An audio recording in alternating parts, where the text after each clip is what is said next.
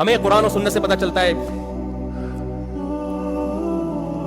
کہ جس خدا نے ہمیں بنایا ہے وہ اچھے کاموں کی وجہ سے اپنے بندوں سے محبت بھی کرتا ہے، وہ اپنے بندوں سے نفرت بھی کرتا ہے، برائیوں کی وجہ سے اس کو غضب بھی آتا ہے، وہ رحم بھی کرتا ہے، یہ ساری صفات ہیں اس کی۔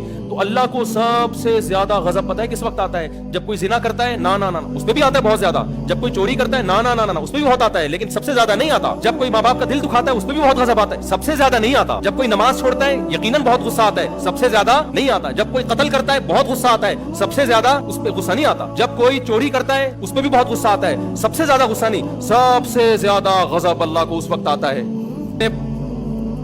جس نے آپ کو بنایا، جو آپ کا خالق ہے، جو خدا ہے، آپ اس کو چھوڑ کر کسی اور کے سامنے سر جھکاتے ہو، اس وقت بہت غصہ آتا ہے اس کو۔ یہ غیرت ہے نا اس میں۔ دنیا میں زنا بھی ہوتا ہے، شرابیں بھی پی جاتی ہیں، اللہ نے ان جرموں پہ سزا رکھی ہے آخرت میں، لیکن اس سزا پانے کے بعد آپ جہنم سے نکل جاؤ گے۔ بے نمازیوں کو بھی سزا ملے گی، جہنم میں جلیں گے، سزا ختم ہونے کے بعد بولو نکال دیے جاؤ۔ جو ماں باپ کے نافرمان تھے سزاؤں میں جلیں گے، سزا ختم ہونے کے بعد بولو نکال دیے جائیں گے۔ جنہوں نے زنا کیا سزا ملے گی، نکل جائیں گے۔ سود خور سزا ملے گی، نکل جائیں گے۔ جو خدا کے علاوہ کسی اور در پہ جھکے، کسی اور سے مرادیں مانگنا شروع کر دی، دینے والا وہ ہے، مانگ کس سے رہے ہو؟ کسی اور سے مانگ رہے ہو۔ اس پہ جتنا اللہ کو غضب آتا ہے اتنا کسی اور عمل پہ اللہ کو غضب بولو نہیں آتا۔ اتنی بڑی نعمت ہے توحید۔